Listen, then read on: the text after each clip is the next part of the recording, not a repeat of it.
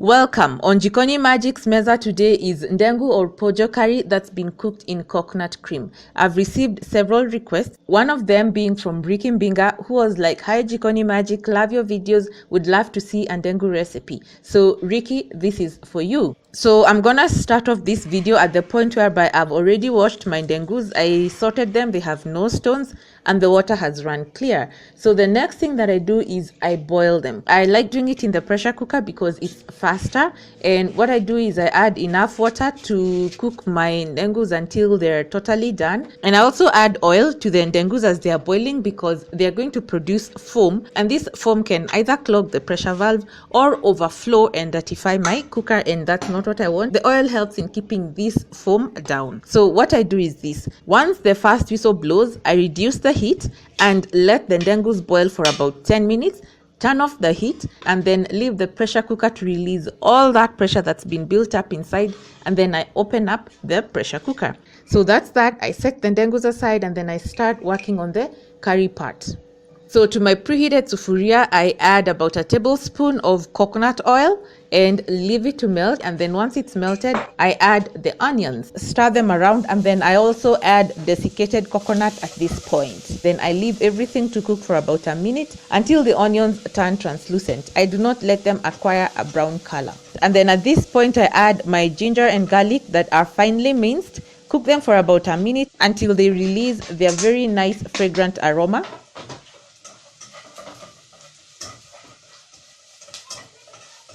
And then I add my tomatoes. I stir them around, make sure that everything in the sufuria is well mixed, and then I add about a tablespoon of curry powder,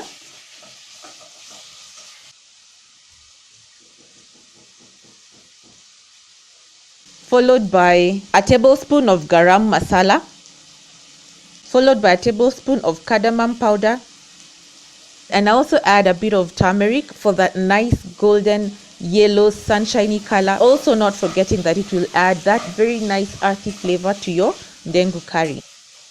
And at this point, I add a tablespoon of tomato paste, mix everything together, cover, reduce the heat, and leave the tomatoes to simmer for about 3 to 4 minutes until they just soften.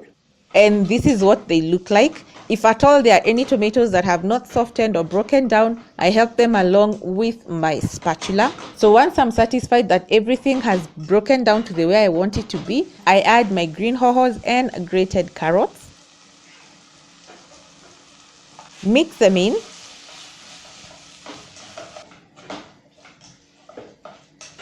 And then add my Ndengus that I had already boiled. So notice I did not add all the Ndengus, I only added what was enough for this particular meal and the next one. So this is about 1.5 cups of Ndengus. So I make sure that everything is mixed in well.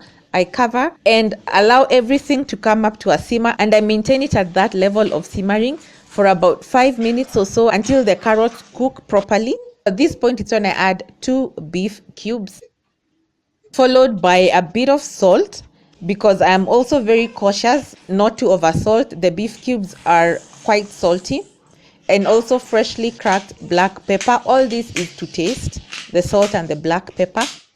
And at this point, it's when I add my homemade coconut cream. If you've not yet had a chance to see how I do this, I'm going to leave a link for you in the description box down below, or you can also click on the link that will appear right about now on the info bar on the top right hand corner of this video. So I make sure that I mix the coconut cream in thoroughly and taste for seasoning. It's important to taste your food all the time as you're cooking it, especially after you add different components to it.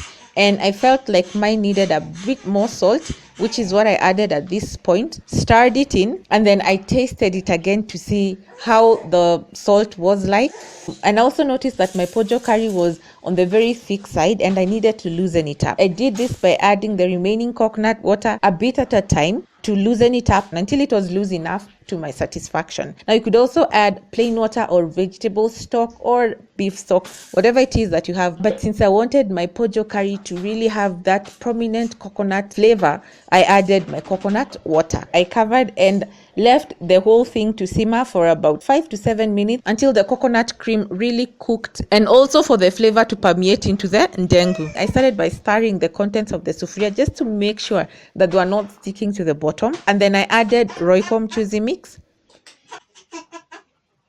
and hohos for that extra nice flavor that they impart, and I covered and left it to simmer for about a minute or so for the royco to cook. And on this day I was really multitasking. As I was making my ndengu curry, I was also cooking my coconut cream chapatis on the other burner. Now these chapatis are just the bomb. I mean, they have carrots in them, they have coriander, they have desiccated coconut. You don't want to miss out, so please make sure you check them out. So here is my ndengu curry. It's basically done after about 2 minutes of just simmering it to get rid of the raw flavor of the royco, and the only thing remaining was to add my dania leaves just to round off everything.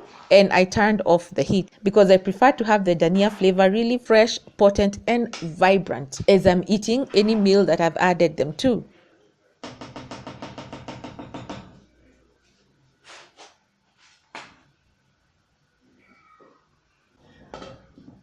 This is how the ndengu curry looked like. That's the consistency I prefer to have in my ndengu. You can make it thin or thicker. It's really totally up to you. All that matters here is your personal preference and you being happy. And I served my ndengu or pojo curry with my coconut cream chapatis that you saw me cooking earlier in the video. Give it a try and make sure to tell me what you think about it. And you can share the results of how everything turns out on my Jikoni Magic Facebook page, as some of you are already doing. And please stay tuned for the next video because I'll be sharing one of the all-time Kenyan favorite snacks known as kaimati. Please don't miss out. Until then, kwaheria konana, keep it Jikoni Magic. Goodbye.